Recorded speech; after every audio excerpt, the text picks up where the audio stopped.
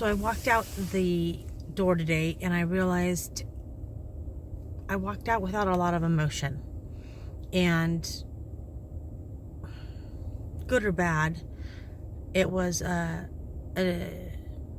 moment for me to recognize that the process of the new normal, which is a term I just hate. I hate that it's a reality. It's a storm a-coming. But I walked out to work on my own after years of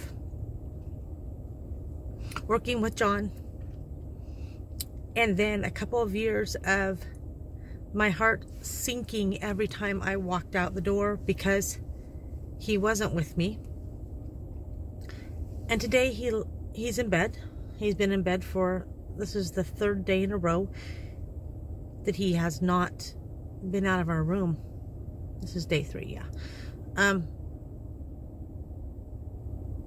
I walked out the door okay in that moment to go to work for a while.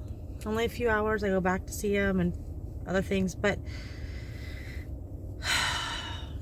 between not crying then and not cursing under my breath when I took the boys to school, the first year I took the boys to school was so hard because John's always been the one.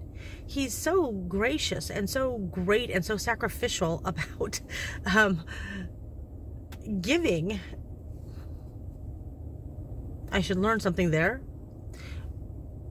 And he'd take the kids to school all the time, let me sleep in for those few extra moments. He'd make their lunches.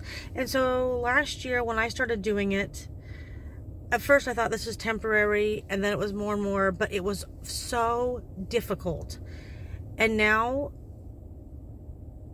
I'm okay in the mornings. I've got a rhythm. I'm tired. I still come home and wish I could sleep in. And I mean, he gives me the excuse, honestly. John gives me the excuse of Monday, Wednesday, Friday to be there in the mornings with him, so I am lazy. But no crying and no cursing today. Baby steps towards hope.